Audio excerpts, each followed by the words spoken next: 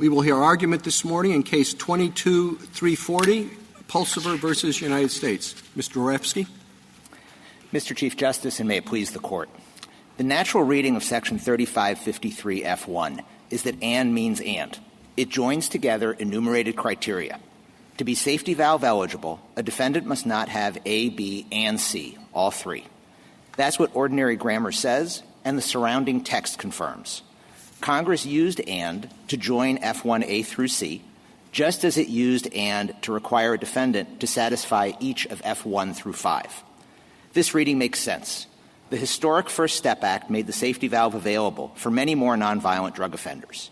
Taken together, A through C exclude violent recidivists with a history of committing serious crimes, while F2 through F disqualify current violent offenders. The government needs and to mean or it needs the Court to insert the words does not have into the statute 3 times. But asking for a rewrite isn't statutory interpretation. The government's surplusage and policy arguments don't change that. There is no surplusage because the statute and the guidelines contemplate that not every sentence for a prior offense earns criminal history points. As for policy, the government focuses on whether someone with serious criminal history could still satisfy F1. But the safety valve isn't a get-out-of-jail-free card. Serious recidivists will likely have a career offender enhanced guidelines range at or above the mandatory minimum, and judges can and do exercise their discretion to impose appropriate sentences. If Congress wanted to disqualify defendants for having any of A, B, or C, all it had to do was say or. That would have unequivocally expressed a distributive meaning, just as Congress did elsewhere in 3553F. Letting the government get to or when Congress said and would encourage Congress to be sloppy with the most basic English words, leaving square corners far behind, and in the criminal context where fairness matters most. The Court should hold Congress to what it wrote. I welcome the Court's questions. From your argument, it appears you do not accept the argument that and could have a distributive effect, reading and a joint reading.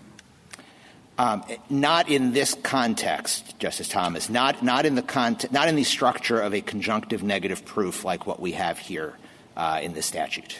In what context can it have a distributive meaning?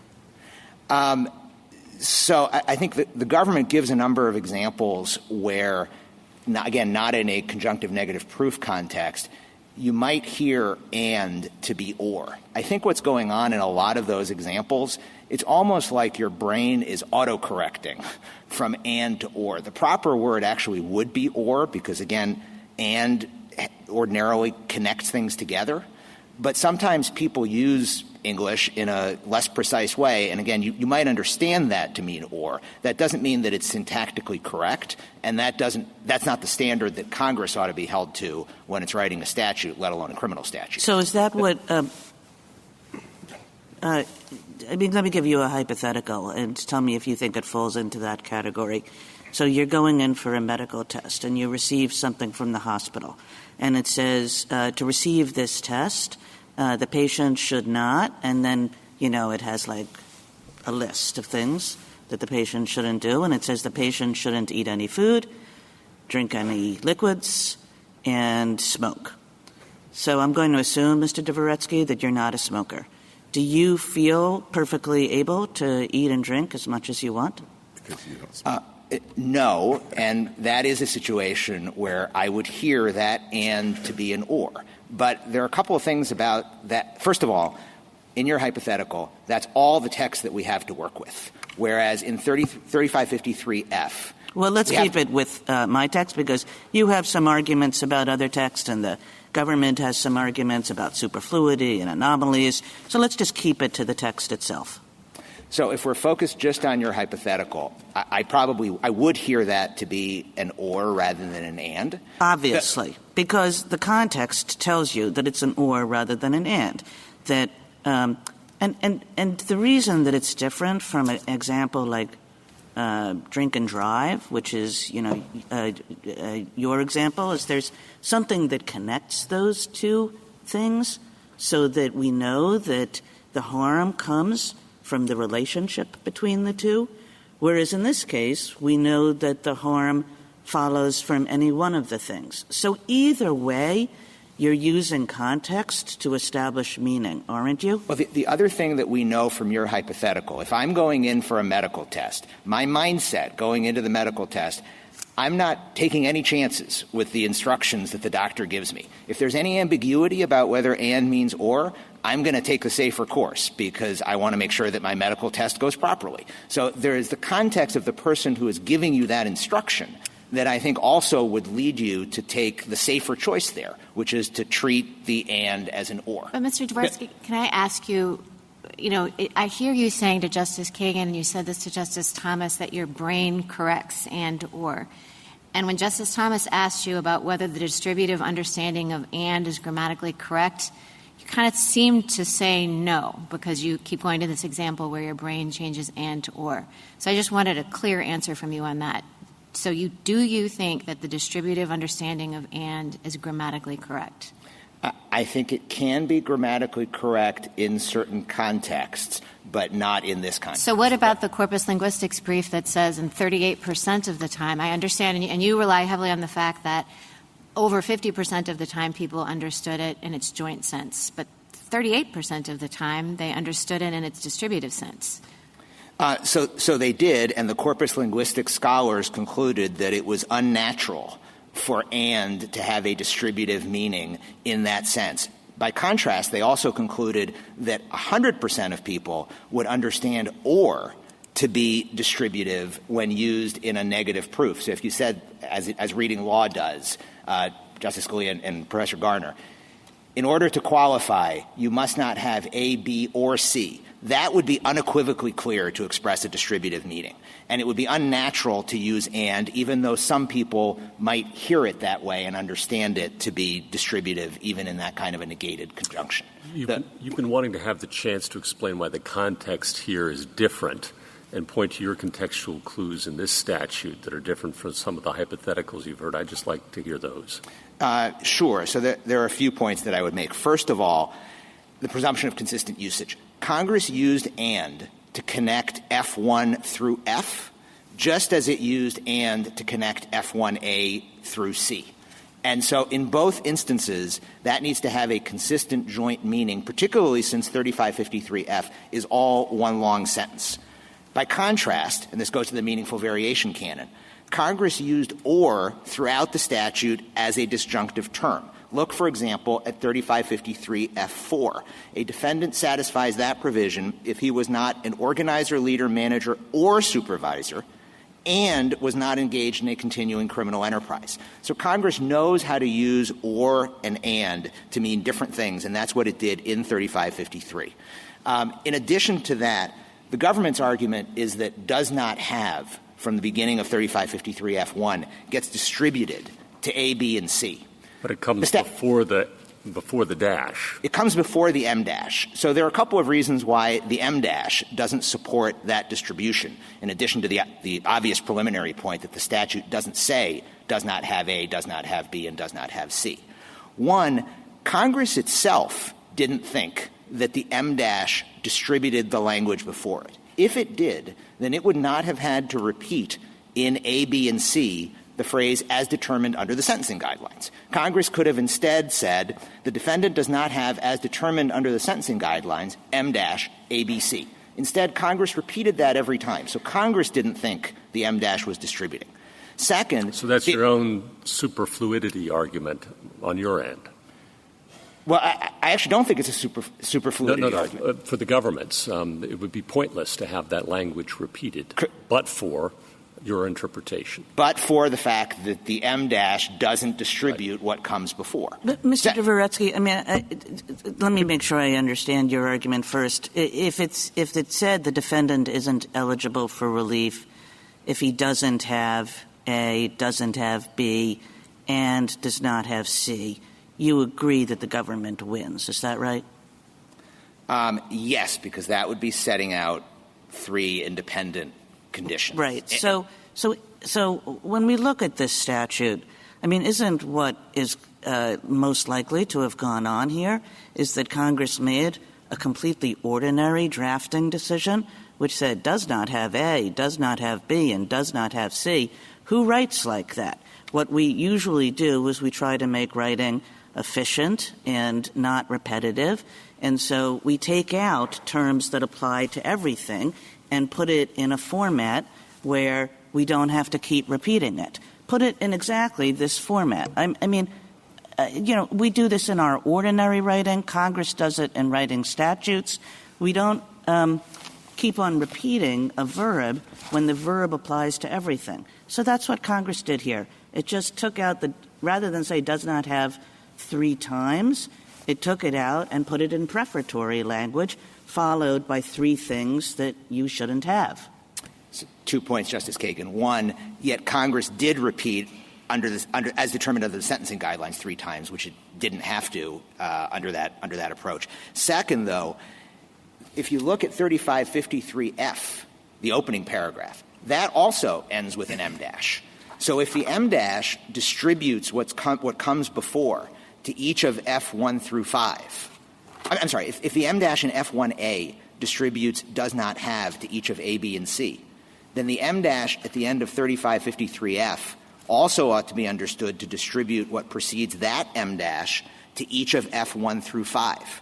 If that's right, then a defendant who satisfies any one of those, F1, 2, 3, 4, or 5, would qualify for relief. So, for example, Didn't it have the distributive meaning there, too, as Judge Oldham said? In that dash after F, if the court finds its sentencing after the government has been afforded an opportunity, et cetera, that could have a distributive meaning, and then it wouldn't be Calvin Ball, as you've been saying. You could say it's distributive in both situations.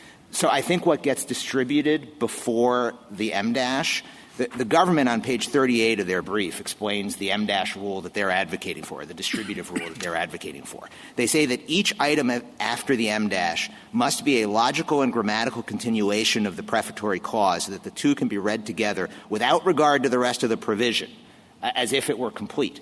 And so what would actually get distributed goes all the way back to the court shall impose a sentence without regard to... It doesn't have to. It could just be the clause that's preceded by the comma if the court finds that. I think this is a very hard case. I think it's a very hard case. So I don't mean to suggest that it's clear. All I'm saying is that there is a way to read it that would be perfectly consistent by treating that last clause as distributive. I think that would not allow the distribution to be a complete sentence in the same way that starting it earlier would. You agree that determining whether the and distributes depends on context as a general matter, correct? As a general matter, I do, but I think that the key context to look to is the surrounding text in the first instance. Okay, but you agree that context matters? Yes. Okay. And the government says that one of the problems contextually with your interpretation, it would mean that offenders with more serious violent offense records would be eligible for the safety valve, while offenders with less serious violent offense records would not be eligible. And the government says that would defy common sense. In addition to the superfluity argument they make, that seems to me a serious contextual issue that you have to deal with. So how do you deal with that? So, Justice Kavanaugh, Congress didn't have a reason to be concerned about joining A, B, and C for a few reasons. One, it knew that defendants would still have to satisfy the rest of F2 through F, which focuses on whether the instant offense is a violent crime or not. And Congress could quite rationally have thought that was the focus. In addition to that, as I said in my introduction... Do you accept my premise, though, that your interpretation would mean offenders with more serious violent offense records would be eligible and with less serious violent offense records would not be eligible in certain circumstances? I was going to say, I don't accept that as a categorical proposition. In certain circumstances. You can find individual cases where that would be true, but as Chief Judge Pryor explained in the Garcon case, Congress legislates at a macro level, not at a micro level. That can lead to particular cases where results might be anomalous. The reason that it doesn't defy common sense, though, to use the phrase that I think you used in your question,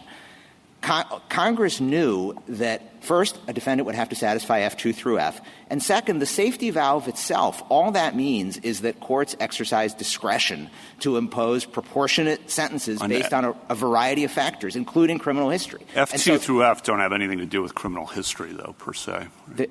They don't, and Congress could quite rationally, given the history of given the history of mandatory minimums and what Congress was trying to achieve here, wanted to focus more on the nature of the instant offense than on criminal history. But even as to criminal history, district judges can and do take that into account. And don't they have to under the sentencing guidelines? I mean, the safety valve just removes the mandatory minimum, but don't the judges then have to look at the guidelines? And wouldn't you expect that a defendant who had a number of serious criminal violent priors, the guidelines would take account of that in terms of what the ultimate sentence was going to be? You would expect that. You might also expect that a serious violent recidivist would qualify for a career guidelines enhancement. I mean, presumably this provision was meant to make some amount of sense, right? Congress would not have just said, well, whatever, we'll just, repeat some nonsense because we know that district courts have discretion in the end. They meant this gatekeeping provision to be a serious gatekeeping provision with serious criteria that meant something. And the question is, why would Congress I guess what you're saying is you don't have an explanation for why Congress would say it's okay if you have a gazillion 3-point offenses so long as you don't have a 2-point violent offense. Justice Kagan, we do have an explanation, which is that Congress, again, legislating at a macro level, could have rationally thought that the combination of A, B, and C was serving a gatekeeping function. And counsel, why are you resisting the obvious conclusion that the Ninth Circuit came up with, which is if you have a 3-point violent offense, you have a 2-point violent offense. And therefore, this anomaly dissipates completely. Well, on that point, I think the better reading of the statute is that 2 points means 2 points and 3 points means 3 points. The sentencing guidelines distinguish in that way between 2-point offenses and 3-point offenses. So I don't know that you need. So you think the Ninth Circuit was wrong in a case that favors you? Alas, here we are, day one. I think the better reading of the statute.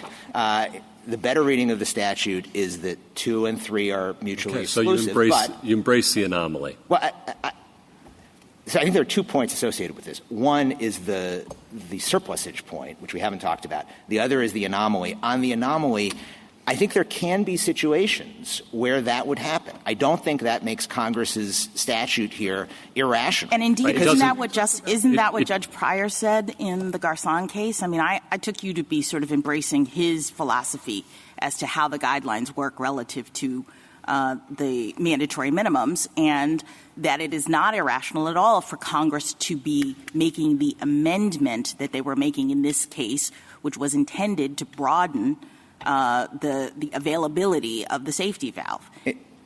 That's right, Justice Jackson. It was intended to broaden the availability of the safety valve in recognition of the fact that mandatory minimums applying automatically without regard for the offender's particular circumstances are unfair and unjust. And so Congress wanted to move away from that. But I'm sorry. I'm sorry. No, please. No, please. I didn't mean to interrupt. You mentioned surplusage. Could we talk about that if B and C made A 100% surplusage? What would you say? I would even in that circumstance, as Judge Newsom, for example, said in Garcon, you would still have to adhere to the ordinary meaning of and in this situation, and the surplusage would not matter. But B and C don't make A surplusage, and I think that's for the reason that Chief Judge Pryor, who was a former acting chair of the Sentencing Commission, explained in Garcon. That is that not every sentence for a prior offense earns criminal history points. You can have okay, I understand that argument. Suppose I think that if it made it 100% surplusage, that would be a pretty strong argument against you. Let's just take that as an assumption.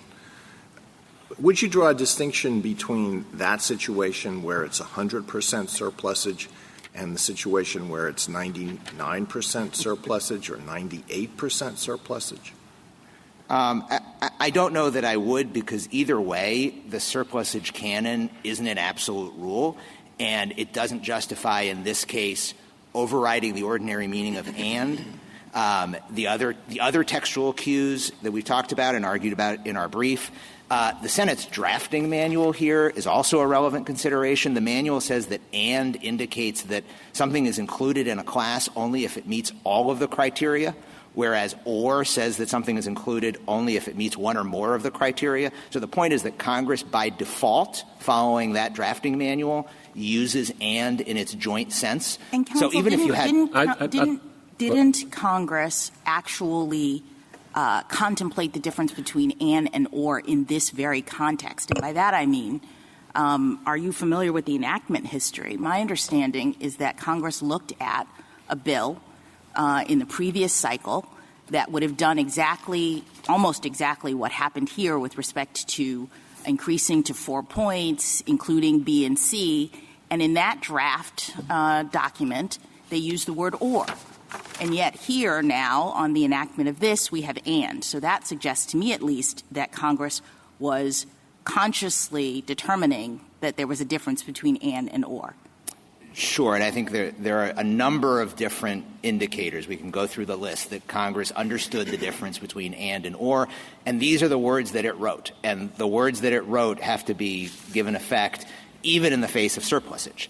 If we're going to go into the legislative history, though, when Senator Grassley introduced the bill that became law, the Judiciary Committee report on that said that it would exclude offenders with 3-point felony convictions or prior 2-point violent offenses. So if we're going to go down that road, which I'm not saying we should, but if we're going to go down that road, I'm not sure that fully helps you. So I think that particular legislative history that you're focused on, Justice Kavanaugh, is a little bit mysterious because the rest of it also says that offenders will not be eligible for the safety valve, quote, absent a judicial finding that those prior offenses substantially overstate the defendant's criminal history and danger of recidivism. So while the statement that you're referring to used or rather than and, the statement also suggests, and I'm not quite sure where Congress was getting this, that courts could exercise discretion to trigger the safety valve notwithstanding a defendant's criminal history. Counsel, I think it may have come from the legislation they had been looking at. Mm-hmm. That exact language that you just read came from the Sentencing Reform Act of 2015 that used the or between A, B, or C, but then it gave a discretion to the sentencing judge to ignore it. It actually supports your position that Congress knew that the or should be there, but only if the court could deviate. Right. When it decided to take away the power to deviate, it raised up the qualifications by doing A, B, and C. Right. And all of that accords with the purpose of the First Step Act to move away from mandatory minimums towards considering the offender's individual circumstances in a particular case, which, of course, would include criminal history. District judges obviously apply the guidelines. As the federal defender's brief shows, I think at pages 7 to 8, district judges routinely depart upward where it's called for based on a defendant's criminal history. The career offender guidelines lead to sentences routinely of 25 years to life. And so the sentencing guidelines will account for the kind of individualized circumstances that Congress wanted. On that score, I just wanted to take this case as an example to test it in my own mind, and I went back and looked at the pre-sentence report and things like that. And as I understand it, 15-year minimum, 180 months. For some reason, your client got 162. I'm not sure why. Maybe you can tell me. So that'd be the 15-year mandatory minimum. Safety valve gets him, with his criminal history, approximately, my law clerks tell me, between 120 and 150 months. He was over 60 years old when he's sentenced, so we're talking about whether he might be free when he's 70, 73, or 75. Is that what's really at stake here? That's right. This is a 60-year-old offender. He does have a criminal history. That criminal history would be taken into account under the sentencing guidelines. And nobody is talking about him not serving a serious prison term. He's going to be at least 70 years old when he's released. He'll be under parole, I assume, for a good bit thereafter, supervised release. And And the judge, of course, could depart or vary upward if the judge wished to. That's right. If the court wanted to do that. Would you have a different rule for a 22-year-old offender? No, but the point, Justice Kavanaugh, is that Congress wanted individualized circumstances. Then why have the criminal history disqualification at all? At least my understanding of the statistics is, based on 2021, of 11,000 offenders who met the non-criminal history requirements pre-First Step Act, 6,000 would be disqualified. Under the government's interpretation, only 4,000 would be disqualified, so a substantial number, 2,000. But under yours, only 300 or so would be disqualified, which basically eliminates the criminal history disqualification in 98% of the cases. So why keep it at all, given the, as you rightly say, the individualized discretion that sentencing judges use? Why have all this if it's really not going to make a difference? As Justice Gorsuch says in a lot of cases. If I could, 2 points, one conceptual, one on the fact. Conceptually, look, Congress could have thought that the combination of A, B, and C was a particularly egregious combination, and that at a macro level was what it was targeting. It could still serve some purpose. Congress didn't know when it passed that what the numbers would look like. Second, on a factual level, in response to those numbers, the 2.8% or whatever it is, that's calculating things under the Ninth Circuit's Lopez interpretation. It's not calculating the numbers using the approach that we're advocating and that Chief Judge Pryor adopted in Garcon, which allows all offenses to be counted under B or C, even if they don't count towards the criminal history total in A. So we actually don't know what the numbers would look like when you apply the approach that we're advocating. Will be even fewer. Never mind. Thank you, Counsel. Justice Thomas, anything further? Justice Alito? Well, just out of curiosity, I wonder if I can ask you a question about how you think language works in general. Let's just forget about special rules that apply to statutory interpretation for a moment and just talk about how language works in general and your understanding of that. If I say something and it's ambiguous and you're trying to figure out whether I mean A or B, to what degree do you take into account whether A or B makes more sense? I might take it into account, but the other thing I would take into account is my relationship with you as the speaker. So if to Justice Kagan's hypothetical, if my doctor tells me don't do A, B, and C, my relationship with the doctor is I want the medical test to go well, and I assume that my doctor is being very cautious and conservative, because my doctor is. So that's the context. It's the relationship with the speaker that's letting me turn an and into an or there.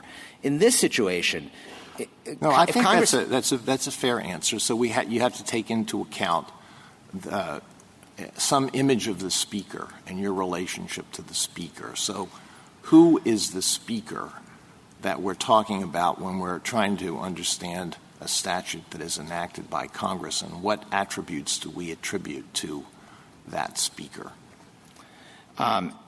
So I think that actually raises two different questions, I think. All right. Who is the speaker? So I think the speaker is Congress. Okay. And what is our image of this speaker? What characteristics does this speaker have? That feels like a loaded question. Why is it a loaded? Well, no, I don't mean to be derogatory of Congress. I'm not looking for a derogatory answer, or necessarily a complimentary one. But if that's how language works, don't we have to have some image of who's the speaker of this speech that we are interpreting? Well, the speaker in this case is an institution, but the institution is also speaking in the context of a criminal case. And where we have basic words like and or, I think you hold the institution, the maker of laws, to a higher standard of precision than I would hold my doctor, who I know has my best interest at heart and is trying to make me well. And so in that situation where Congress knows how to use and or, and again, particularly in a criminal context where fairness is at stake, you hold Congress to the ordinary meaning of the word and, which is not a distributive meaning in this kind of a context. I think that the move to textualism in our interpretation of statutes was enormously beneficial, and it eliminated a lot of abuses that previously occurred. But in the end, we are just interpreting language. Everybody, I assume, in this courtroom today speaks the English language, and all we're trying to do is understand some words in the English language. And it just seems to me that a lot of these arguments that we've heard, I mean the people here who haven't studied the case must think this is gibberish. It might as well be Greek with all this stuff about distributive and M-dash and all of that. Is it necessarily that complicated? So I don't think it's complicated, because I think that the natural way to express what Congress wanted to express here would have been or. Using and to express that any of the three would disqualify you is unnatural. And so I think that really is the key point, is that we're holding Congress to what the ordinary understanding of these terms is. Justice Sotomayor? I want to go back to that point. And as I understood you earlier, when Congress wanted to use a distributed form, it generally did it. It did it in F2 by using the defendant did not use violence or credible threats of violence or possess a firearm or other dangerous weapon or. When it wanted to do a not in F4, it wrote, contrary to Justice Kagan's expectation, in a very cumbersome way. It said the statute requires that the defendant was not an organizer or leader and was not engaged, and it went on and on. So here the anomaly would be Congress changing course just for this one provision and changing and to mean or. I think that's your basic point. But assume that we have two ways of reading this statute, that you could accept that there was a possibility of reading or to mean and. Where does the rule of lenity come into this? If at the end of the day you conclude, taking into account all of the various textual cues that are available here, that this statute is grievously ambiguous, that's the standard that the court has used, then at that point the rule of lenity calls for Mr. Pulsifer to win, favoring the defendant. And if Congress wants to change and to or in a revision of this statute, that's a very easy change for them to make. But the burden of that ought to be on Congress, not on defendants whose liberty is at stake in the face of a seriously ambiguous statute. So where does surplusage and common sense come into that? Meaning, if all of the grammatical indicators suggest that and means and or means or, and the two are not the same, does that constitute a grievous enough ambiguity to say that lenity should play a part here? I think it does. I think that alone is enough to conclude that and means and, even if there were surplusage, which I don't think there is. So assume there's not, because I think Justice Alito was saying, I don't know, can you quantify that surplusage here? The number of cases that would fall into your exception. Is it a lot? Is it a little? I'm not sure. Meaning that the number of cases where somebody would satisfy B and C but not A? Exactly. So I can't quantify it, but Chief Judge Pryor and Judge Wood and others in the lower courts have given a number of examples where that could happen. You could have somebody with old offenses that qualify under B or C, or tribal convictions, or something subject to the single sentence rule.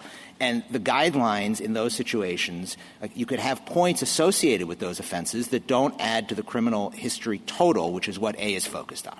How many of those cases there will be, I don't know, but Congress could quite rationally have thought that B and C were serving a different purpose than A. Thank you. Justice Kagan? I want to go back to Justice Alito's line of questioning.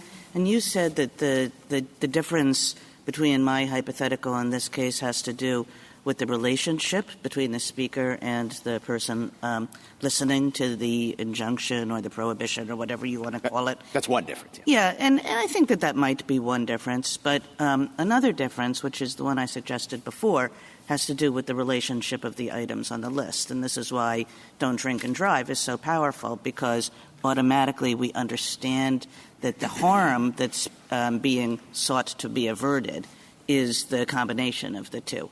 Whereas other lists, you can see that the harms are much more independent, that things are independently disqualifying and were meant to be independently disqualifying. And that's why the 3-point, 2-point anomaly seems so significant to me. Because what that suggests is that these were meant, when you take the intersection of those, it doesn't work under your reading, and it does work under the government's reading. So I want you to respond to that view. I think the answer, when you say it doesn't work, Justice Kagan, I think what you mean by that is it's leading to an anomalous result in this particular case. Not just in this particular case. It leads to an anomalous result in the case of anybody who has lots of 3-point offenses, both violent and nonviolent, let's say, but does not have, just happens not to have, a 2-point violent offense. But it doesn't lead to anomalous results in a whole other class of cases where Congress might rationally Well, that's true, but this anomaly suggests that those two features, the 3-point criterion and the 2-point violent criterion, were meant to operate independently, each one being disqualifying. That's one inference, but I don't think that's the only inference that you could draw from A, B, and C. Congress could have thought that A, B, and C combined were worse than any of them alone. Now, yes, that could lead to a situation where a seemingly more serious offender qualifies under F1 as opposed to somebody who's a less serious offender. Congress didn't have a particular reason to be concerned about that because that offender would still have to satisfy F2 through 5, and even then the sentencing guidelines would take into account that person's criminal history, and the district judge would take into account that criminal history when determining the sentence. So Congress had no reason to think that as a result of that supposed anomaly, there would be unjust results in the real world. I'm sorry. Justice Gorsuch? Let me see if I've got it right. Tell me where I go wrong, okay? The two arguments we've heard this morning on the other side so far are that there's a surplusage problem you have. But everybody seems to admit there isn't 100% surplusage. It's something less than that. So it's not really a surplusage argument of the kind we normally adopt or take seriously.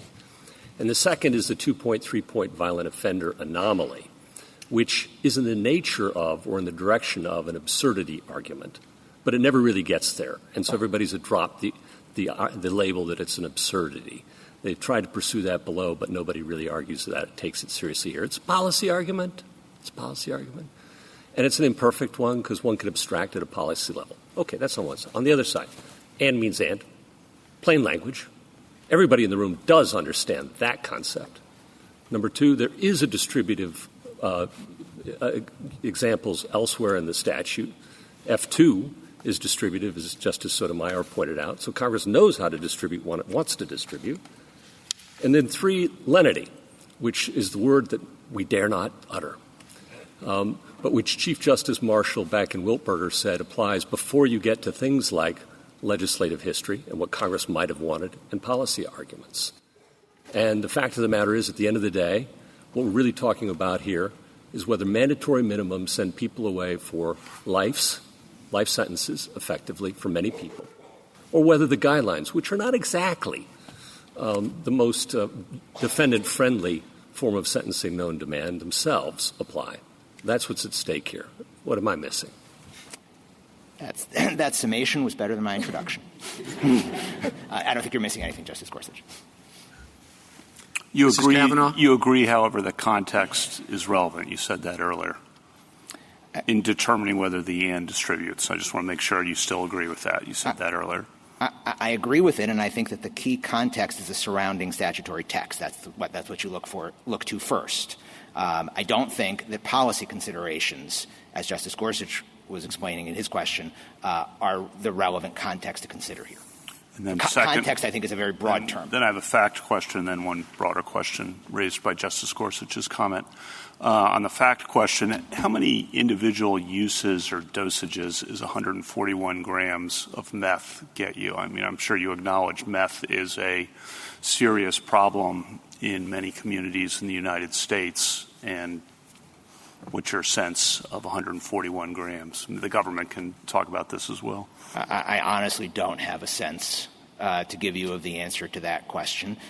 You could certainly imagine that being a relevant consideration taken into account at sentencing, but I can't quantify that for you. And then on the sentencing guidelines, those are not mandatory, correct?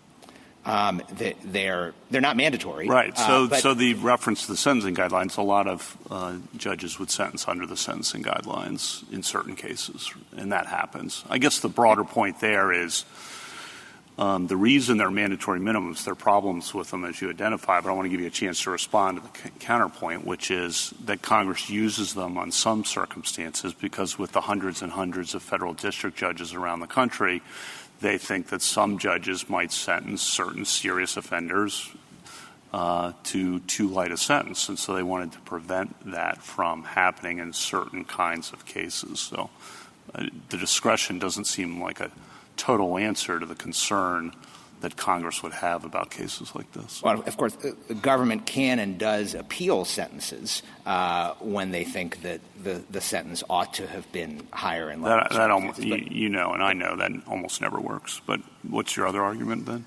I think that this goes back to the purpose of the First Step Act. This was a once-in-a-generation sentencing reform passed in a bipartisan manner, signed by President Trump, where the motivating force here was to move away from mandatory minimums. Yes, Congress did not completely eliminate mandatory minimums from the U.S. Code. If it had, we wouldn't have this case. Congress chose this rather complicated First Step Act solution to the problem. But the problem it was trying to solve was moving away from numerous instances of unfair and unjust mandatory minimums and giving district courts the discretion, which by and large, overwhelmingly, they exercise properly to take into account individual circumstances. Okay. Thank you very much.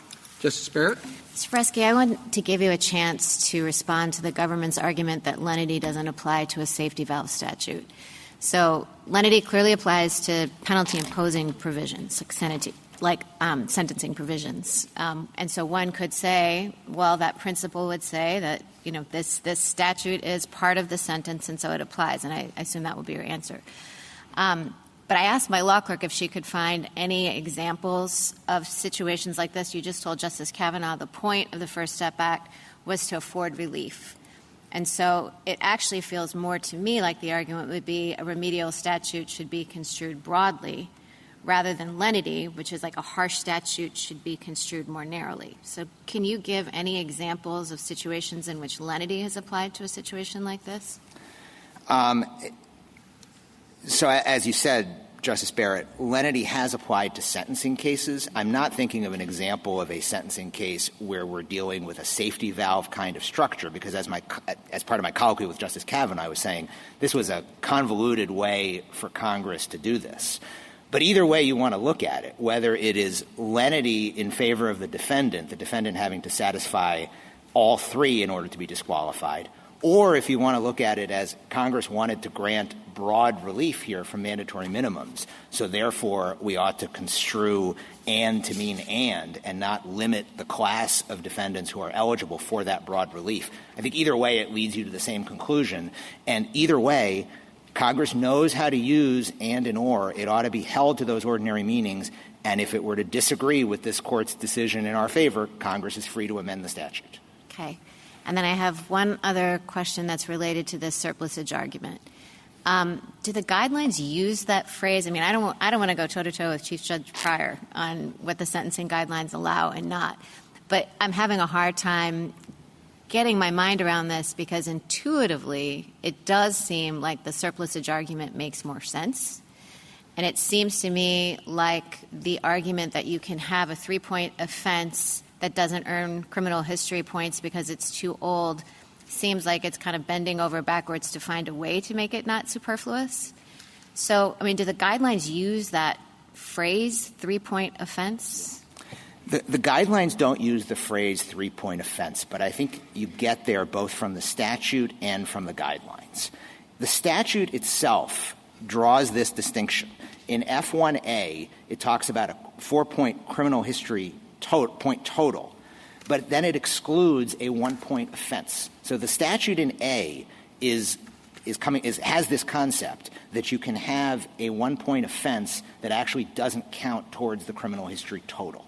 That understanding of a 1-point offense then carries through to B and C for a 3-point offense and 2-point offense. The guidelines are consistent with that in a couple of respects. One, as Chief Judge Pryor said, the guidelines do use the term offense, and they talk about sentences from offenses not counting. That is what 4A1.2 does. And so the guidelines are really setting up an order of operations. Under 4A1.1, you assign points to a sentence based on its length. Under 4A2, however, you then say that certain sentences and offenses don't count. And so the guidelines have that concept. Lastly, there's Note 3 to 4A2, which we highlight in our brief. That confirms that the guidelines contemplate that points can be associated with an offense without being counted. So for purposes of the single sentence rule, that comment tells you that if an offense would have gotten 2 points, it can still serve as a predicate for the career offender guidelines. That idea of an offense that would have gotten 2 points if they had counted is this concept that Congress incorporated. So how many did Mr. Pulsifer have? How many 3-point offenses? Because I'll just tell you, looking at the PSR, I think he had 2 3-point offenses that counted because they weren't stale, and then one that was too old. Is that correct? I think that's right. Okay, but then he argued below that he only had 2 3-point offenses. So he didn't make this argument that he had 3 3-point offenses, right? He didn't need to argue this one way or another. What he needed to argue and did argue is that he didn't have a prior 2-point violent offense. But I think he said initially that he had 2 3-point offenses. So you would say now, your position now is that he has 3 3-point offenses. For purposes of this statute, yes. Okay, thank you. But not for purposes of A. Jackson? Yeah, so I'd like to go back to Justice Kagan's conception of this in terms of the focus on the anomaly. And I guess I don't see it as anomalous given the context of the point of the statute. And I think you sort of responded to Justice Kagan and Justice Kavanaugh in this way, but I guess maybe you can help me to understand. I thought this statute was about relieving the mandatory minimum and thereby giving judges discretion. So to the extent that the First Step Act wanted to do that, I don't think anybody disputes that. Isn't it conceivable that Congress still just wanted to identify particular circumstances in which the mandatory minimum should apply on the basis of criminal history, and they could do that as narrowly as they wanted to, correct? Yes, that's right. I mean, right? Like it doesn't seem to me to be anomalous that Congress picked out a particular circumstance, as you described it in your introduction. A situation in which a person had all 3 of these circumstances would be one in which Congress still intended for the mandatory minimum to apply. But in other circumstances, even if they involve serious offenses, even if they involve Congress was willing to allow for judges to have discretion under those circumstances to take into account what the guidelines would have said or whatever. I don't understand why that's like a harm or anomalous or anything. No, I think that's right, and I think that's especially right when we're only talking about F1 as playing the initial gatekeeping role. You still would have to satisfy F2 through 5. Correct. So and even then you get – I'm sorry. Yes, correct. So we already take care of really terrible people in this particular situation. And I would think that a situation in which you had a 2-point offense in your background would be the kind of thing that Congress might home in on as making sure, because otherwise it could be kind of a borderline situation. So Congress would say, okay, we want to make clear that the mandatory minimum should still apply if a person has more than 4 and they've had at least a 3-point offense, however it's defined. I take Justice Barrett's point about that, but I do think the guidelines lead you to identify 3-point offenses. But Congress could say, look, we're lifting the emphasis on criminal history. This has been a problem, keeping the court from considering alleviating the mandatory minimum. So we're not going to have a focus on criminal history anymore. However, there could be a situation in which we want to make clear, because it's so borderline, we can't trust district judges to necessarily apply the mandatory minimum in this particular circumstance. So let us make clear that if the person has 4 criminal history points or more, if they have a 3-point offense in their background, and if they have a 2-point offense that is violent, you still have to apply the mandatory minimum in that situation. I don't see that as crazy or making the statute not make sense. I think that's right. And while the government in its argument may disagree and prefer a different policy outcome, that really is at that point a policy debate. And if the other thing I would add is, if the government's view were correct that any of A, B, or C were independently disqualifying, you could have people disqualified, as in the Lopez case, for example, for a 14-year-old offense for spray painting a building. That would be a 3-point offense. Which would seem to undermine Congress's purpose of allowing for district courts to not have to apply the mandatory minimum. Right. In some situations. The government's argument is that under our interpretation, the First Step Act is doing too much. Under their interpretation, the First Step Act, I would argue, is doing too little. Either way, that's a policy debate. One that Congress could fix very clearly if we say it's and by just changing it to or, correct? That's right. Either way, that's a policy debate, and Congress could amend the statute, and it would be very easy for it to do so simply using and or. Thank you. Thank you, counsel. Mr. Liu? Thank you, Mr. Chief Justice, and may it please the Court. And is conjunctive in 3553F1. The question is, what does and conjoin? It joins together 3 independently disqualifying conditions by distributing the phrase does not have. That's the only interpretation that avoids rendering the first subparagraph entirely redundant, and the only interpretation that assigns F1 a coherent gatekeeping role. What's inexplicable about petitioner's reading is that it would disqualify only those defendants with a rare combination of characteristics, including a prior violent offense of exactly 2 points. So a defendant convicted of a violent offense would actually prefer to receive a longer sentence worth 3 points to avoid being disqualified. That makes no sense. Petitioner's counterarguments fall into 3 buckets. First, he argued in his brief that the distributive interpretation is textually impermissible, but grammar, usage, and legal drafting guides say otherwise, and the law is filled with distributive uses of and. Petitioner this morning attempts to distinguish these as cases involving negative conditions, but that's just a distinction without a difference. Second, petitioner argues that the distributive use of and is less common, but according to leading grammar authorities, and is usually distributive, including when combined with the negative. And even if that weren't true, even if, for example, 40% of the ands in the world were distributive, the job of the interpreter would be to figure out whether, in context, this case falls within that 40%, rather than to simply accept petitioner's reading. Third and finally, petitioner argues that Congress could have more clearly expressed the government's interpretation by using or. But Congress could have more clearly expressed petitioner's interpretation by, for example, using the phrase does not have at least one of the following. And if Congress had used or, you can bet that defendants would be accusing the government of reading or to mean and by requiring that defendants not have A, not have B, and not have C. In any event, this Court has held that the mere possibility of a clearer phrasing can't defeat a meaning that's clear in context. Because and in context joins together 3 independently disqualifying conditions, the Eighth Circuit should be affirmed. I welcome the Court's question. Mr. Liu, would you tell us exactly when we are to use the distributive approach a reading as opposed to the joint reading? Well, the answer is it depends. It depends on the context. Well, see, that's the problem. We're not getting direction or guidance as to when it depends.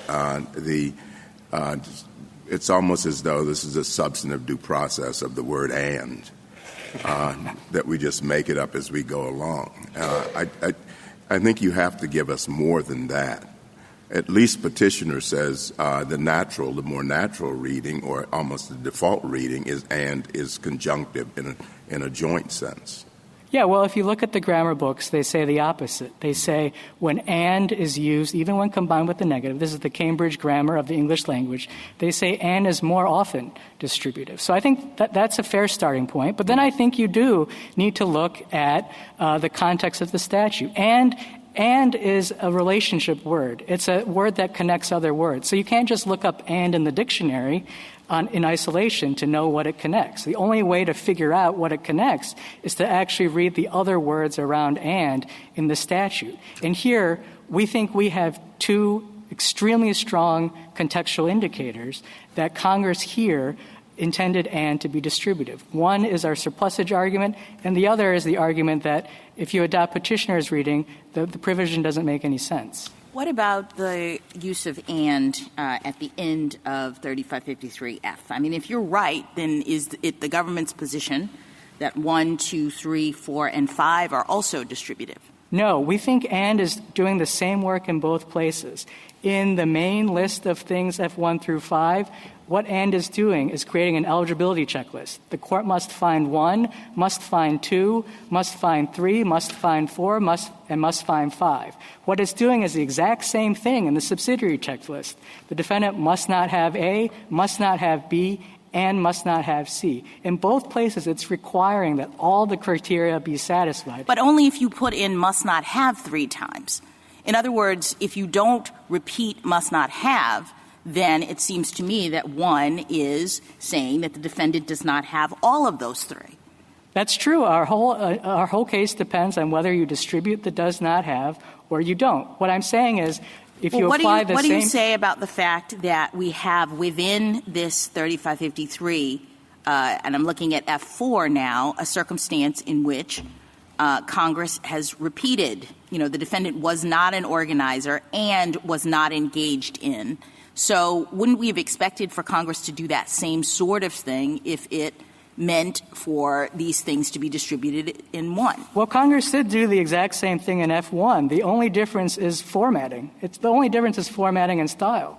What Congress did in F1 was say, look, A, B, and C are pretty long. I mean, this would be a very long, much longer than F4. And so to help the reader figure out what the independent conditions are, we're going to split it up. But how do you explain the prior bill that actually used the word "or" and had these same criteria? I mean, we do have a change. It's not as though Congress always used "and so we're trying to figure this out. I think the only change is the criteria that the author thought were being connected. No, there's a change in the language of the prior bill and this bill with respect to the use of "and." And my guess is when they put in "or," they thought that A, B, and C should be read in a package.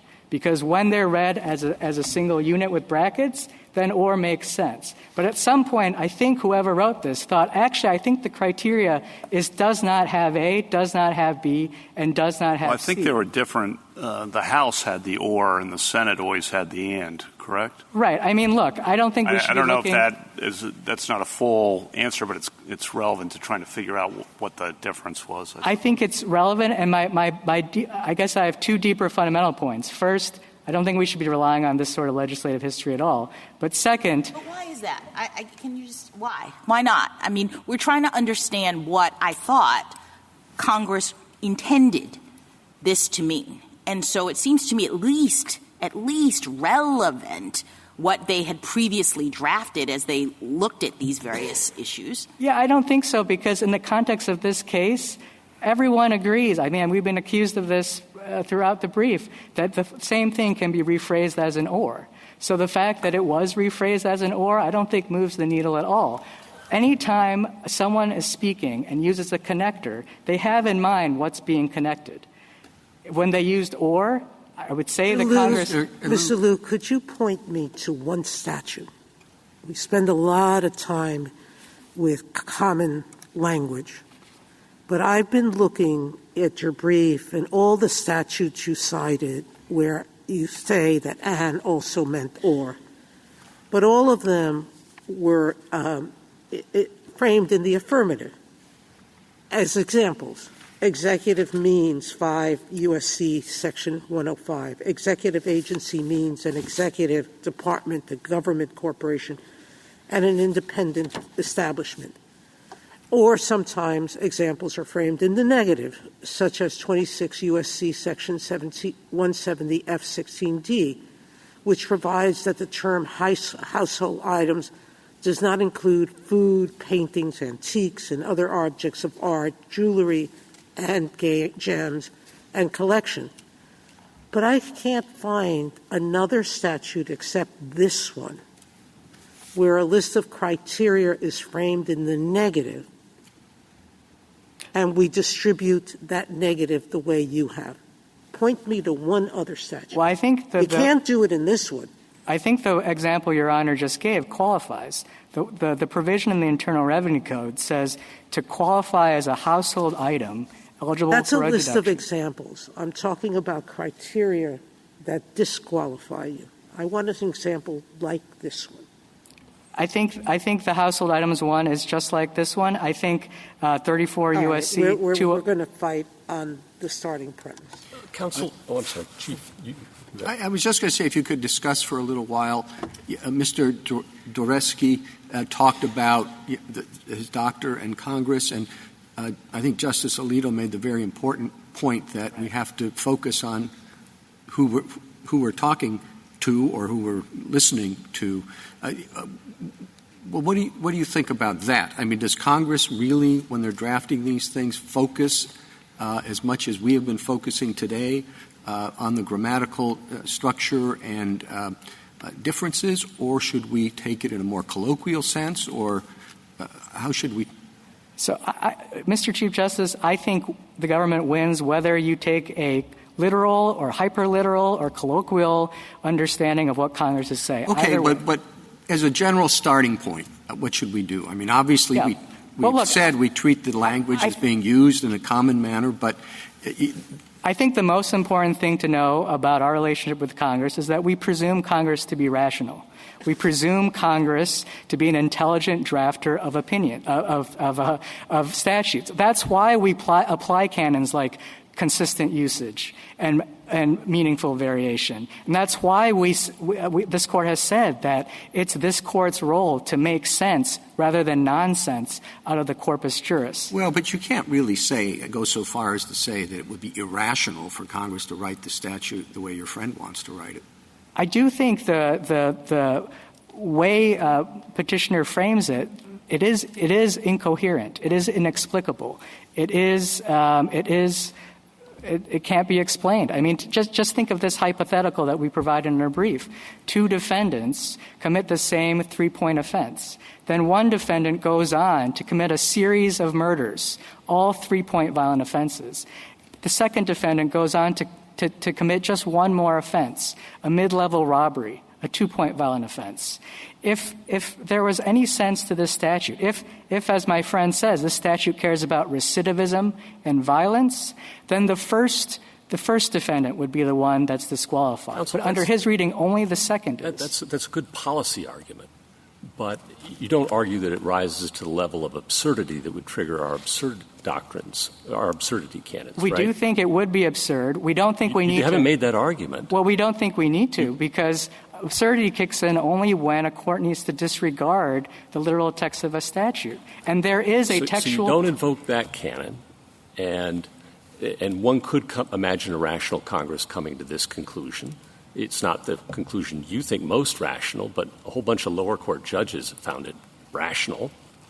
And then you have a superfluidity argument that isn't entirely leak-proof, right? It's a partial superfluidity. No, it's 100%. It's 100%. 100%. The entire subparagraph A is superfluous. So Chief Judge Pryor is wrong as well that one could read the statute rationally to every offense has a point, but not all of them are counted under A1, 2.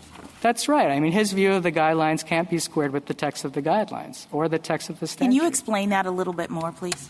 Oh, I'm sorry. Before that, I had one last question, if it's all right, which is, when we're trying to figure out the most natural reading of a statute, whatever standard we've talked about, what should we account for the fact that the government didn't make this argument until this court in this case, that below in the Eighth Circuit it argued that and means or? You started this argument by saying we agree and is conjunctive, but in the Eighth Circuit the argument was it's disjunctive.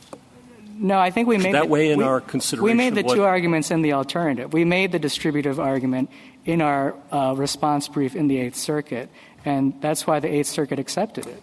We used the word distributive in our brief. Counsel, I'd like to get back to the whether or not this comports with the guidelines.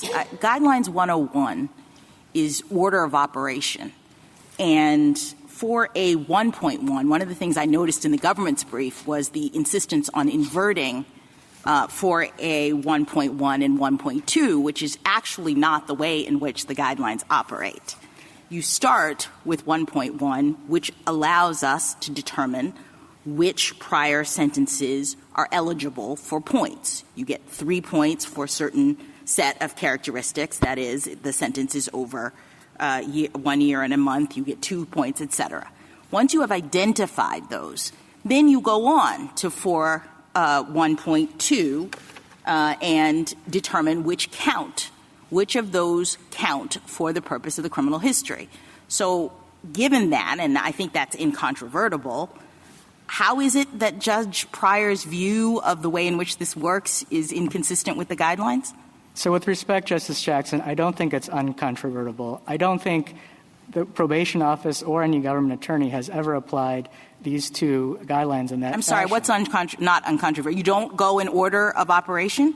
Correct. That when you apply when someone is applying for a 1.1, they're applying for a 1.2 to determine which offenses should be ultimately, but second, after they do for a 1.1. No, I don't think order so. of operation. I respectfully disagree, Justice Jackson. I think the clearest evidence of this is on 4A of our statutory appendix, where you have the application notes for a 1.1, and all of the application notes for when you add 3 points or add 2 points or add 1 point incorporate for a 1.2. Now, if it were true that you look at for a 1.1, you push it away, and then you subtract those points, it wouldn't make sense to build into the commentary for when you add them all of the rules in 4A 1.2. In other words, what this commentary is saying is before you add points, see if you're supposed to be counting that offense in the first place. If I disagree with you, do you lose on that point? In other words, if the court decides that there is an order of operation,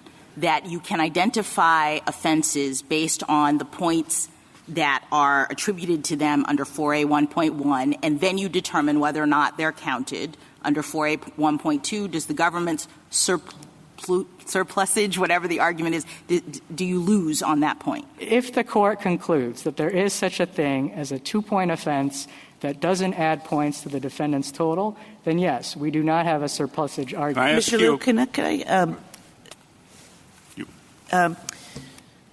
I understand your argument about the foreign sentences and the old sentences. Makes sense to me that you don't add up the points if you're not going to count them anyway.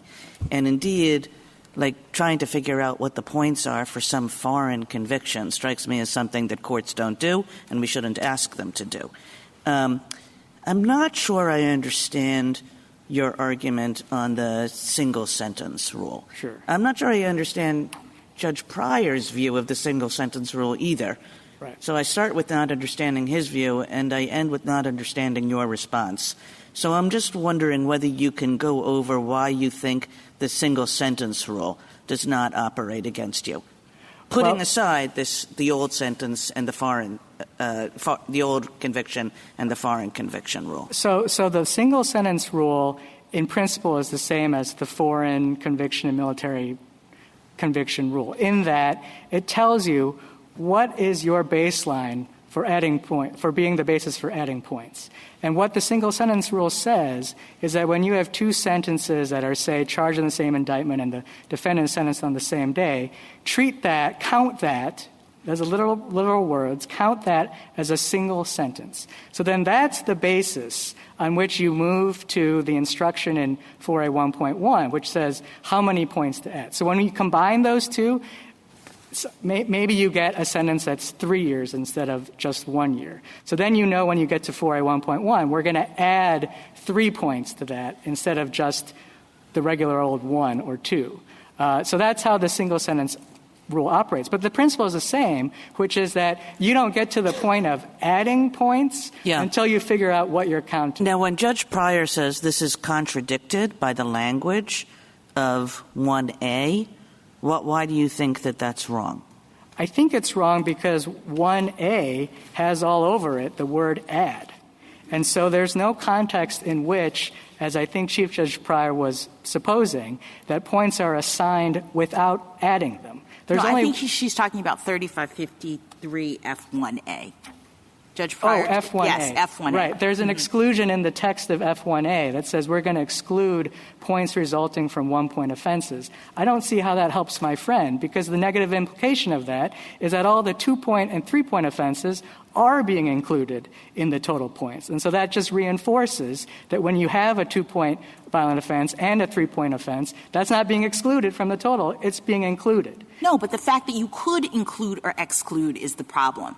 In other words, Judge Pryor's point is Congress understood that there would be offenses that are called 1-point offenses or called 2- or 3-point offenses that would not be included.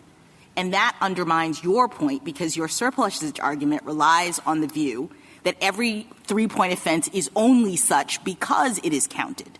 So to the extent that you can have a world in which something is a 1-point offense, but it is not counted, Judge Pryor at least says that I think that he says that means that you're wrong about surplusage. I don't think this helps my friend's argument at all. In fact, I think it cuts against it. If you read the exclusion, it says points resulting from 1-point offenses. So the only offenses it has in mind are offenses that would actually result in points. What was the problem with Chief Judge Pryor's vision is that there are some offenses out there that would have resulted in points, but for the fact that they're not counted. The text of 3553 F1A doesn't contemplate that. The only 1-point offenses it contemplates are 1-point offenses that But what is the government's position on that? Do you disagree that there's a world in which you have an offense that would be assigned points, but those points aren't counted for the purpose of the criminal history score? Sure, you can say would be, but... So then why aren't those the 3-point offenses that this statute is talking about? Because in referring to 3-point and 2-point offenses, the statute's referring to offenses that actually give rise to 2-point and 3 points. Just like in the exclusion in 1A, it's referring to 1-point offenses that actually result in points that count toward the total. Can I ask you a question to follow up on Justice Thomas's original question? Because I think that's really important. Yeah. So my understanding is there's an established rule of language and grammar that and distributes in circumstances where the context establishes that that's the better reading. Correct. But is there a more precise phrasing you can put on that? The context shows what? Sure, and I think Justice Kagan provided a helpful heuristic. We read things like don't drink and drive because there is something special about the combination of drinking and driving. It is particularly harmful, and so we're telling people don't do the two in combination. The problem here is that there is nothing special about the combination of A, B, and C except for its arbitrariness. The premise to your point, I think, and this is important, and Justice Thomas raised it, is the and distributes sometimes. Correct. That's an established rule. So we just have to figure out when it is. Yeah. And then on context, I think Justice Gorsuch has raised important questions about policy.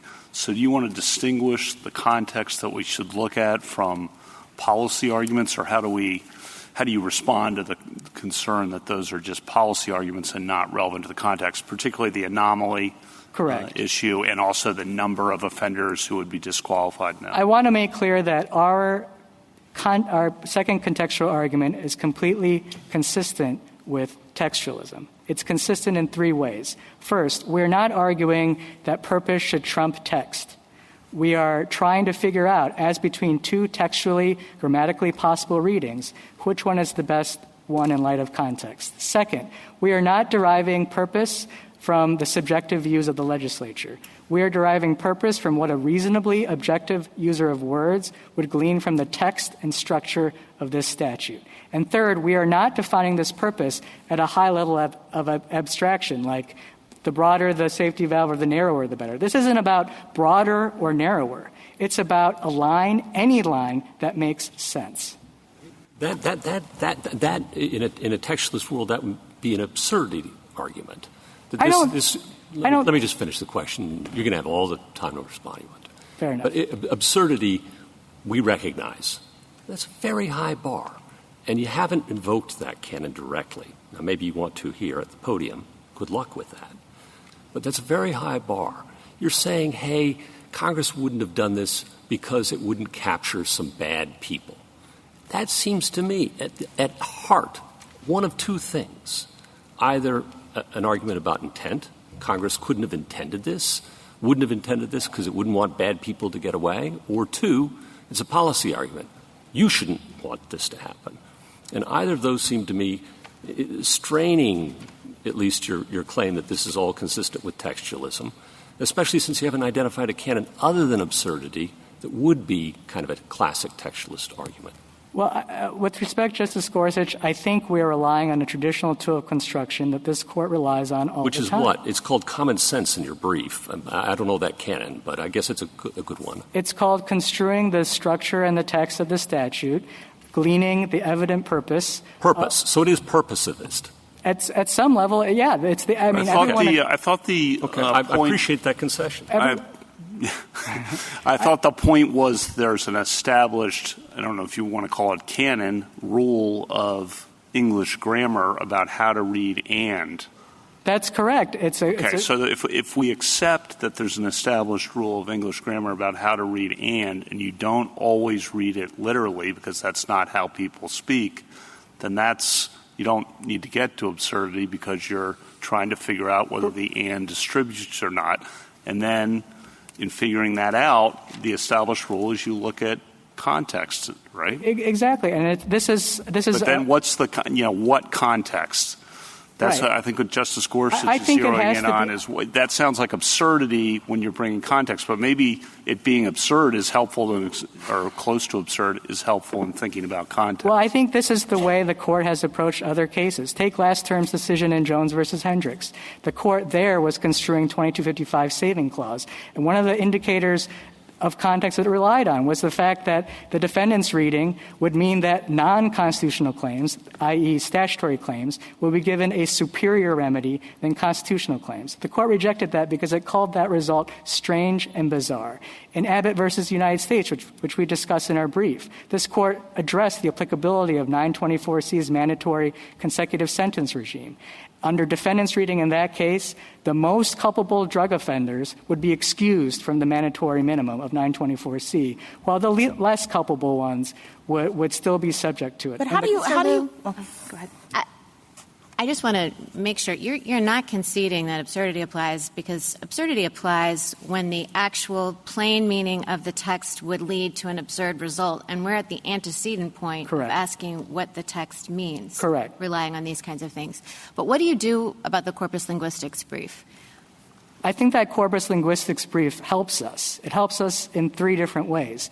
Number one, the survey data and its analysis of the statutes in that case just shows that this distributive reading is textually permissible. But less likely. Less likely, according to them, but I think the job of a faithful interpreter is to figure out whether, if it's an 80 to 20% split or a 70 to 30, 60-40, the faithful interpreter needs to figure out, are we in the 20%, are we in the 30%, are we in the 40%, or are we in the other in the other box. It would be to tolerate a huge error rate if the court simply assumed that because 70% of ands out there are joint, we're just going to read every and in the world as joint. That would be a 30% error rate.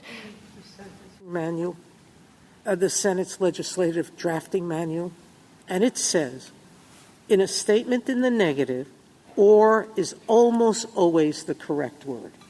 And I think that's what the linguistic brief is telling us. You're putting it at 20, 30, or 20. But if your alternative reading is almost always incorrect, taking the negative of what the Senate manual is saying, don't I need something like absurdity? I don't think so. Don't you need I just don't know how you get to your point unless you get to absurdity. Well, and then it's a policy argument. The Senate manual also says use and when you want to make clear that something needs to satisfy all the criteria. And that's, in our view, how Congress used and here. The three criteria are does not have A, does not have B. You just hurt yourself. You use and when you want it to meet all criteria. I think that's joint, all three. And in our view, if the petitioner doesn't have all three because he doesn't have C. He has 2 out of the 3, so he does not have. He doesn't have all three. Before we go too far on this, the alternatives are not that the worst criminals are going to get safety valve because if someone has all 3 of this, one could view the Senate as saying, this is what disqualifies you only. That would be the worst in the eyes of the Senate. You have to have A, B, and C. Right. And so what you're saying is, I happen to think that someone that doesn't have A, B, and C, but has more B, is worse, but that's your policy judgment, isn't it? No.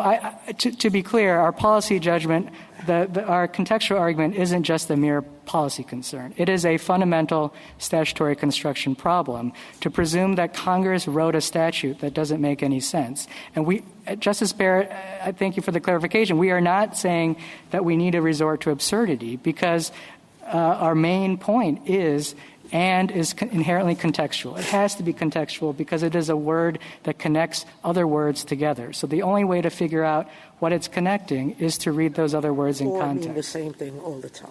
But to get back to Justice Barrett's question about the or I won't. You can I was just going to finish my answer to her question about the corpus linguistics brief. And I think the other 2 points just surrounding my answer are that I think that brief itself acknowledges that context matters. On page 7, it gives an example of the phrase, don't take drugs and alcohol, and the meaning of that changes depending on which context you're saying it, and the fact that they can't rule out a distributive reading for 124 of the 125 statutes they studied also indicates that context matters. And the last point I'll make on the corpus linguistics brief is that the brief then stops short of actually looking at context. This is also on pages 6 and 7. They say that's beyond the purview of this brief. Justice Thomas, anything further? Justice Alito? This case, to me, raises a lot of general questions. It may not dictate a decision one way or the other. But on this last point about the corpus linguistics brief, I think this is a very promising tool, but I don't know that we have decided how it can legitimately play a role in our statutory interpretation cases. This is an empirical fact that is being introduced into the case in an amicus brief. What guidance would you give us about the propriety of our relying on that? Yeah, I think the court needs to proceed with caution when presented with evidence like this, just like it's presented with evidence of any other sort of scientific study. I think in the context of statutory interpretation, we are trying to figure out what a reasonably objective user of words would understand a text to mean. And often we think of ourselves as occupying that role, and so empirical studies aren't necessarily helpful because we can just introspectively think about what that reasonably objective user of words. Well, I have no reason to think this was not a study done under the highest, in accordance with the highest criteria, but it is an interesting question what we're going to do with this down the road. Are we going to have to make a determination about the methodology that was used in every particular study of this kind that is presented to us in an amicus brief? I think that's a valid question, and I would suggest the court view it with caution. I think, though, in this particular case, even if the court does look at it, I think it helps the government's view because it only confirms what the grammar, usage, and legal drafting books already say. So it's simply reinforcing what other sources are saying about the meaning of these words. On another point, do you think the absurdity canon is about anything other than intent? I think it is partly based on this assumption that Congress is a rational and intelligent drafter of statutes. And so when we see a result that is absurd, we presume that that is not one Congress meant to embrace. It's an intent that's attributed to Congress. We assume that they do not intend to write something that's absurd. Correct. Right. So it is about intent. Correct. It is about intent, and it's intent against the backdrop of a body, Congress, that we presume objectively to be reasonable. And if that is the case, why would we draw a bright line between absolute absurdity and near absurdity? I don't think this courts draw such a line. I think when, as here, there are two textually or grammatically possible readings, the court quite often tries to make sense rather than nonsense out of the corpus juris. And that is a perfectly legitimate way, as Scalia and Garner say, of resolving this sort of statutory problem. Justice Sotomayor? Justice Kagan? Mr. Liu, I take your point that there are two grammatically permissible ways of understanding this, and I certainly think that your superfluity and your anomaly arguments are extremely serious. At the same time, I think Mr. Dvoretsky has a point of his own, which is that notwithstanding that there are two grammatically permissible ways of understanding this, that the most natural way of communicating this idea is to use the word or. I would say it's sort of the most natural way and also the way that prevents any confusion. You know, we wouldn't be sitting here if Congress had used the word or. So in a context in which a defendant's liberty is on the line, where I'm just going to assume that the rule of lenity applies, notwithstanding your argument, why isn't that enough to get to Mr. Dvoretsky's position? I think because it's at most just one more. The fact that or might have been a clearer way to express this, I think at most that's just one more contextual consideration that you put into the balance. And if you care about the quote-unquote unusualness of using and instead of or, well, then I think what's even more unusual are the problems with petitioner's reading. What's even more unusual than distributive use of and is the fact that the very first subparagraph is surplusage, and the fact that this provision isn't going to be a coherent measure of a defendant's criminal history. So to the extent we are kind of weighing unusualness against unusualness, I think there's just maybe just a little bit of unusualness here. I'm not really even willing to concede that given what the books say, but let's say you think there's a little bit of unusualness in using and. It's far outweighed by the unusualness of just striking out an entire subparagraph and rendering the rest incoherent. Thank you. Justice Gorsuch? The unusualness question. The government may have alluded to this conjunctive distribution theory in its Eighth Circuit brief. But really it argued that it was disjunctive and that and can mean or. That was the thrust of its brief. I've got it in front of me. That's certainly how the Eighth Circuit understood the government's argument below. They said that The parties discuss whether and should be read conjunctively or disjunctively, but we do not believe that is the important question. The government also argued the and versus or theory in Lopez in front of the Ninth Circuit. That's in its brief there, too. And I understand that this is a refined position and with the benefit of the Solicitor General's office.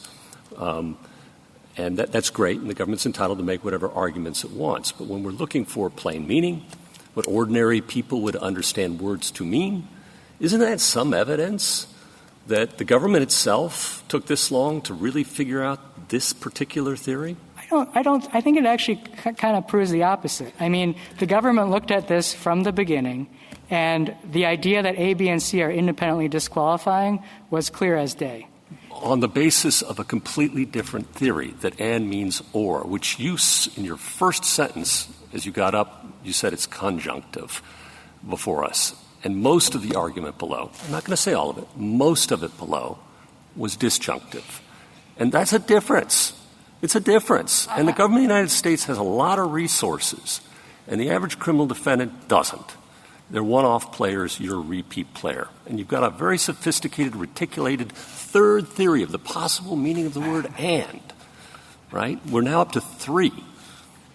And the fact that it took so long to get to the third, what do we do with that? I acknowledge that there were different theories, one relying on and, one relying on or, that were advanced in the lower courts. I think that just reflects what is a well-accepted principle, that any phrase, a negative statement involving and, can be rephrased as a negative statement involving or. And so as we often do in this court and in lower courts, we provide alternative arguments. One way is to read the and as distributive. The other way, if you want to go that route, is to read the and to mean an or. But the bottom line of both interpretations were, as De Morgan's theorem shows, logically equivalent. But you reject the or theory as incorrect at this stage. You've not pursued it at any rate. Correct. There's no need to read this and to mean an or, because the distributive use of and is the more common use. Because you got this new theory. All right. Thank you. Justice Kavanaugh? Justice Barrett? I'd just like to follow up on that so that I understand the lay of the land. I thought the government did in some of the courts below make the distributive theory because it's what Judge Kirsch relied on the 7th. It's what Judge Kethledge relied on in the 6th. In all those circuits we did, correct. Okay. And so it's just that you didn't make it uniformly across the circuits. We did not make it at the panel stage in the Ninth Circuit, but we have made it in the panel briefs in the other cases, maybe with the exception of Garcon at the panel stage. But in this case, we made both arguments in our brief below. In the Ninth Circuit en banc, we made both arguments, and in the 7th, 8th, and Sixth Circuit cases, we made the distributive argument as well. Justice Jackson? So I appreciate that and can sometimes mean or, but this is not a conversation. This is a statute, and it's a criminal statute with huge implications for the lives and well-being of the people who come through the system. And so I guess what I'm trying to understand is why the imprecision in this statute, the fact that you say that there are 2 textually, grammatically possible readings, why doesn't that count against the government? Justice Kagan said, I'm going to assume lenity applies. Can you help me understand why it wouldn't? It wouldn't for 2 reasons. I'll just say the first one briefly, but I'll skip over it after saying it. We don't think this is the type of penal law to which lenity applies. Now, if you think this is Wait, why? Why? That's the thing I don't understand. It's because the definition of penal law that this court has embraced, and it goes all the way back to Blackstone, encompasses laws that define a crime or that increase or impose a punishment. And this provision here does neither. It relieves defendants of punishment. It is a congressional act of lenity. And this court has never applied the rule of lenity. So you reject, even though it has to do with punishment and the implications of it vary dramatically depending the level of punishment that a defendant can get varies dramatically depending upon whether or not it applies. You say lenity is not a relevant or a thing that we should consider. Correct. This Court has never applied the rule of lenity to this type of statute. It would be an extension of the rule of lenity to a new context. I would analogize this sort of provision to, say, a statute that sets forth an affirmative defense to the substantive prohibition of a crime. But in a civil situation or in a criminal situation? In a criminal situation. In a criminal situation. Correct. And affirmative defense, you say no lenity. No lenity, because that's not a penal statute. Right, but that doesn't necessarily have to do with punishment. I'm talking about we've determined this person is guilty, he's getting a punishment, and this statute relates to the range of applicable penalties that apply to him. The government's position is still not a penal statute for the purpose of lenity if there is ambiguity as to whether or not it applies. Correct. And that's because the reading of this statute can only benefit the defendant. It's not the type of statute that could make the but if you don't get it, you don't get the benefit. I mean, there's a difference, right, in terms of your penalty, presumably, if you get it versus you don't. Right. So it can harm the defendant if you don't get it. It's certainly true that the defendant prefers one reading over the other, but the type of what the rule of lenity cares about is the type of provision we're talking about and whether it fits the category of being penal. And a penal sentencing provision is one that imposes the punishment or increases it. This one doesn't do either. It can only go down. Now, the reason why we apply lenity in the first context is because we want to be sure before a defendant is made worse off that's what Congress intended and the defendant had fair notice. But when the only direction the sentence can go is down, those purposes. The defendant who doesn't get it is not made worse off. If everybody else, their sentences can go down, but his can't. You're saying he's not made worse off. Not from the perspective of this type of provision. Congress's enactment of this type of provision did not make defendants worse off. Thank you. Thank you, counsel. Mr. Dvorsky, rebuttal. Mr. Chief Justice, I'd like to start out with your question about whether Congress focuses on grammar. I think we have to assume that Congress focuses on grammar. Congress, as a speaker, does not get the benefit of colloquialisms. There's no conversation that people are having with Congress in the way that you do with a doctor or somebody else. The only conversation, if you want to use that analogy, is the conversation that this Court has with Congress by interpreting its words to mean what they say, and if Congress disagrees, it can carry on its part of the conversation by changing the statute. Otherwise, what we end up in is a guessing game about whether Congress might have meant this policy or that policy. Instead, the Court should give Congress clear rules of the road. And in fact, the Court should instruct Congress to follow its own rules of the road, namely the Senate drafting manual, which in this case would have called for the use of the word or if Congress meant a distributive meaning. With respect to Mr. Liu's point that and is distributive in grammar books, the government has not come up with any examples of and in a negated conjunction in the U.S. Code.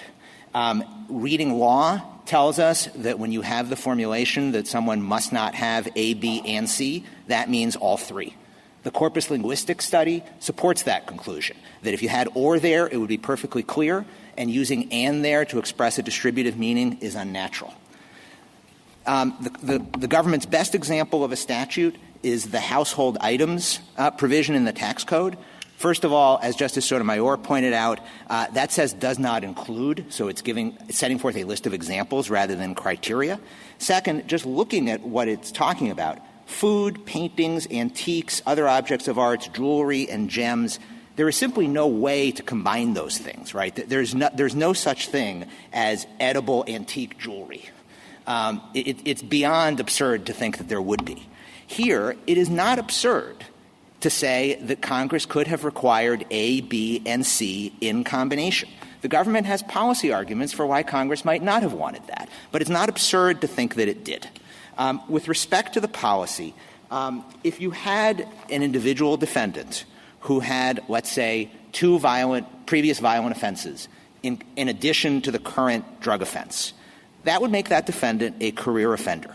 And if you walk through the guidelines, you end up with a guidelines range for an offense level of 34 for someone like that and a criminal history category of 6, which is 262 to 327 months. That is a serious long sentence. In addition, if you look at the Sentencing Commission's 2022 data, there were approximately 20,000 drug offenders.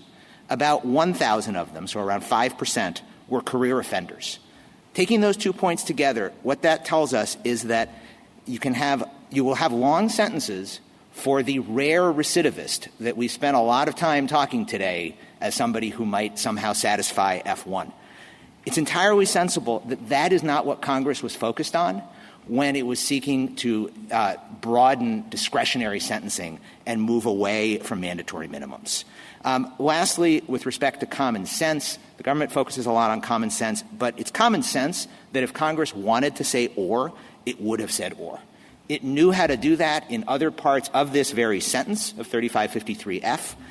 The Congress's own drafting manual says to do so, and that would be the ordinary term to use in order to express the meaning that the government attributes to this statute.